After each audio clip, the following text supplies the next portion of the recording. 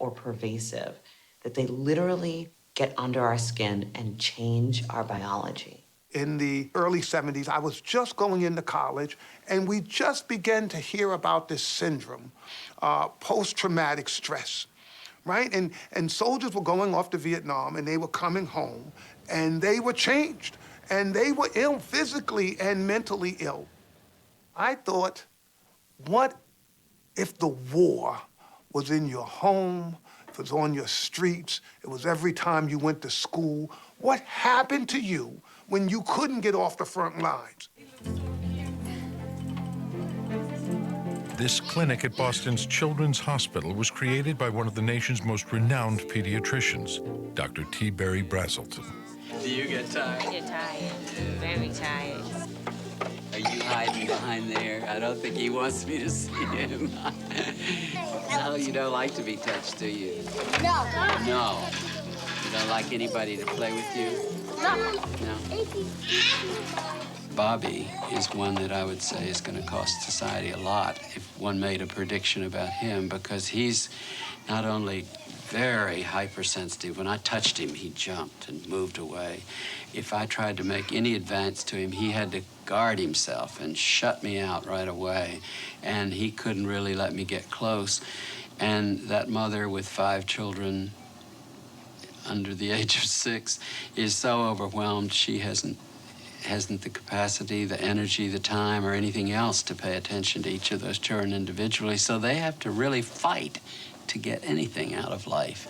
And that's what he's turned into, a fighter. A decent self-image comes from somebody paying attention to you as a person and respecting everything you do. If you pick up a small baby and the baby goes ooh at you and you go ooh back, and the baby says ooh a second time and you say that's right, and it goes ooh a third time, you say aren't you wonderful? That baby's face glows, and you know that baby suddenly realized somebody loves me. Somebody's passionately in love with me, and I know I'm worth it. Now, these kids probably have never had much of that. Bobby was in a mental hospital 20 times. Jail, I say 7 times. I was a little troublemaker. Bobby, I need my chair. Could you go sit in your chair, please? Thank you. Early adversity, really in many different forms, fundamentally affects the growth and development of the brain.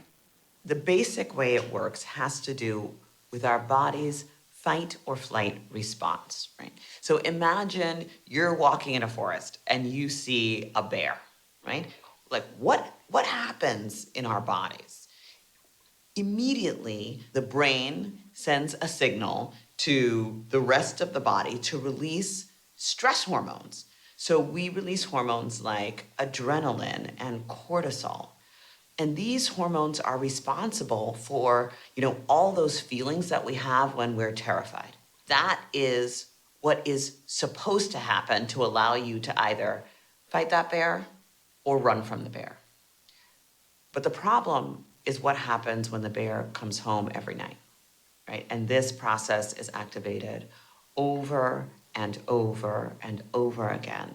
I'm hoping there's a future ahead for him instead of gang fighting and killing people. I suspect that this was a mom who powerfully loved this little boy, Storm, but herself had become so injured by her own life experience that her ability to give the kind of serve and return that Barry Brazelton was referring to was limited by her own experience. Thinking back on my own childhood, it was terrible. At 6 years old, we were molested constantly. We had no one to turn to. My biological mother didn't understand. She didn't care. She was told that that's what happens. The state put me in DSS custody, and I was molested all over again. If he was seriously neglected or abused or in a very violent environment or in a very tense and highly stressed home environment because of poverty as a baby, some of your brain circuitry, your metabolic systems, your cardiovascular system was affected early on in that very sensitive time in development.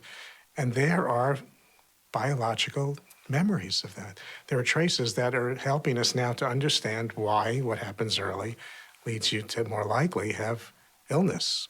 I had a stroke. I had 2 strokes. The first one left me wheelchair bound for 2.5 years. I had to battle cancer. Then here comes the fibromyalgia, the chronic pain disorder. Always in pain, always crying, can't get out of bed, can't walk. And then they told me that I had MS for years. When I tried to take my own life, that was the lowest. And it was a sad, dark place.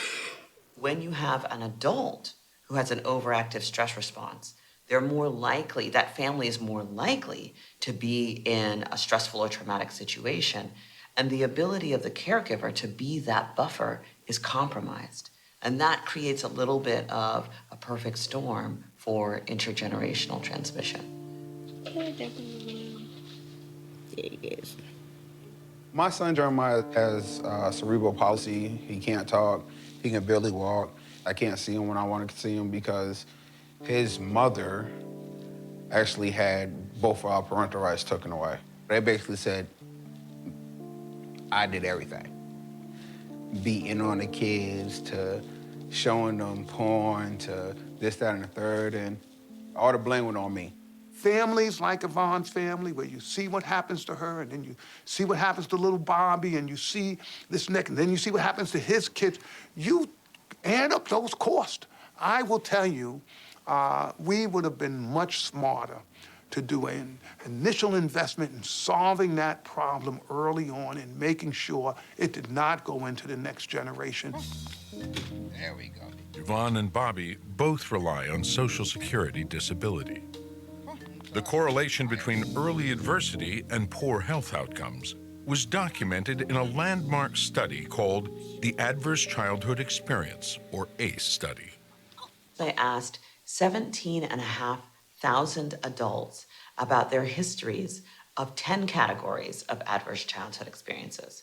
And these include physical, emotional, and sexual abuse, physical and emotional neglect, or growing up in a household where a parent was mentally ill, substance dependent, incarcerated, where there was parental separation or divorce, or domestic violence. There are 10 questions, so your ACEs score could be anything from 0 to 10. It's simply how many of these things actually happened to you. So if 4 of these things happened to you, your ACEs score is 4. Yvonne's ACE score is 10. For an individual with 4 or more ACEs, their risk for 7 out of 10 of the leading causes of death in the United States is dramatically increased. 7 out of 10. So when we are talking about the $3 trillion a year in healthcare spending that the United States is spending right now, 75% of which is for treating chronic disease, right? If we are not addressing ACEs as a root cause of chronic disease, we are missing the boat. There's been great value from the ACE study that's shown how adverse experiences in childhood lead to problems in adult life.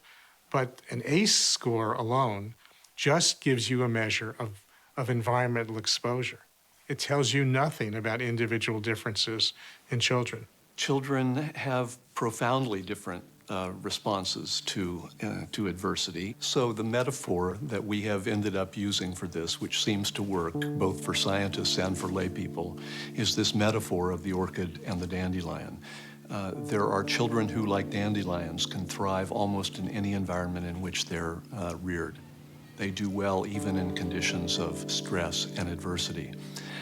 There are other children who are like orchids, who are extremely sensitive to the kind of environment that they're being reared in. Under the right nurturant conditions, they thrive almost better than any other child.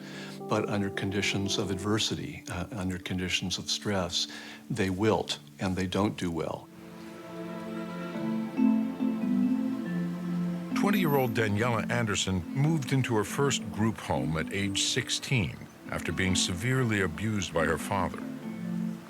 Since then, she moved a dozen times before ending up in a group home in Manhattan for pregnant girls in foster care. I was pretty much decided that I was gonna have an abortion, and I told my boyfriend, and he says he can't. We're having this baby. 19-year-old Visna Hover came to America from Cambodia after his parents were murdered when he was still an infant. Why are you so anxious? To have a family of my own. I know we're gonna make this family work. Just a few hours later, their son was born. Shortly after the birth, Daniela was forced to move into a mother-baby foster home. I've never been so unhappy. Right now, I'm living out of garbage bags, and I don't feel like that's something I should have to do. I shouldn't have to wake up every other week in a new placement. I've been buying my own diapers, buying my own food, when foster parents are receiving money to do that for me. Visna can't even come here to visit, and he needs to spend time with his child as well. You got me looking like I'm soft, baby. Oh, please. You're a little sweet thing on my shoulder. Despite the turmoil in her life, Daniela continued taking classes at night at Hunter College. I just knew when I had Elijah, I was going back to school. And I thought, despite the obstacles, I would make it. I see a lot of confusion about. No matter what, I'm getting to the other side, successful. At the core, I'm a dandelion, because no matter what, I'm gonna make, lemonade, like lemons, lemonade, or lemon martini. I don't know, it depends on the day. She is a poster child for a dandelion, okay? Which means that she can grow and thrive in lots of different circumstances. There's something that clicks with me where it's like, okay, pity party over, now it's time to act.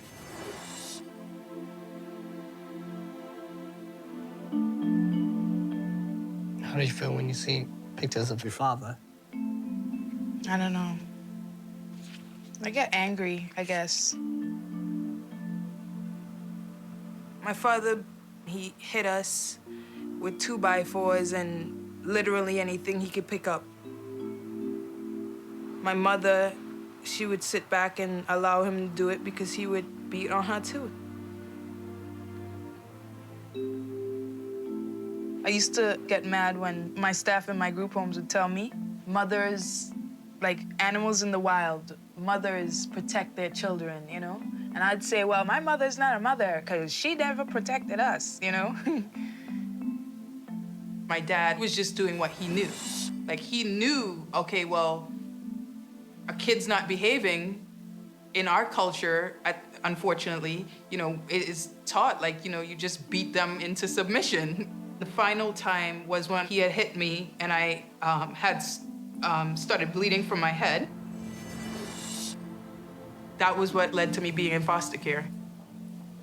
I scored a 9 on the Adverse Childhood Questionnaire, primarily because of the experiences I had with my parents, and then subsequently when I went into foster care. So it was just a compounding of neglect, abuse, both physical, mental, sexual.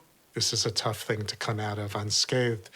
And the question of what is it about individuals who seem to overcome that. And there are some very clear findings that have come across all of these different contexts. At the top of the list is always the presence of some kind of supportive relationship. From birth to age 5, the most important person, I would say for me, was my grandfather. He was loving and attentive, gave us nicknames, but more importantly, he always made me feel like no matter what, he would support me. Sometimes it only takes one person. It only takes one person to teach a child how to feel safe and how to regulate themselves to make a difference in that child's entire future. He loved us like, you know, to the moon and back. Like, we could tell. You're happy too, right? I'm happy, Mommy. Daniela and Visna voluntarily left the foster care system and moved into their first apartment in Connecticut. Hi, Elijah. Hi.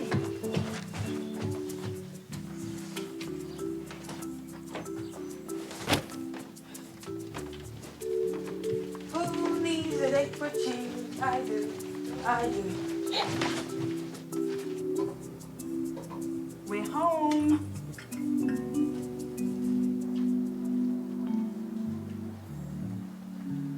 You crawling, Elijah?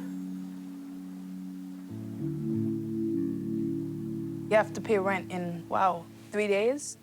I hope I get this job, because then we won't have to worry about bills coming and we don't have any income coming. We got bills already, and we just moved in. I guess my only fear is that one day that you're gonna get in a big argument. You know, I guess that's my only fear, just to not be with you. I think my biggest fear is repeating what my parents did to me with Elijah. You know.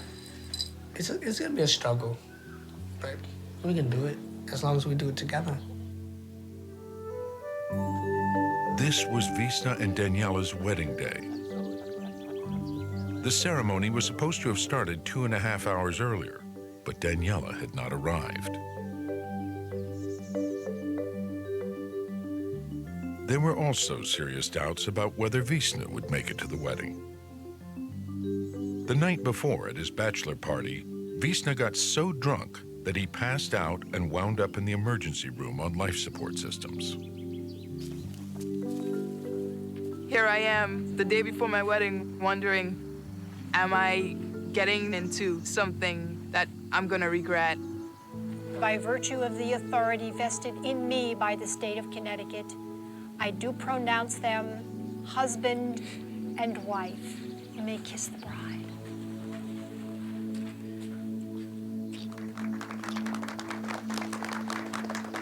After the wedding, Visna and I happily introduced another member to our family. So now we have 2 children, Elijah and Sky. Shortly thereafter, he joined the military, and through those years, one of the things that happened was an abuse of alcohol, which then led to an abuse of everyone in the family. So there were rage-fueled pushing and fighting and shoving, and, you know, I certainly didn't want that for me, and I definitely didn't want it for my children.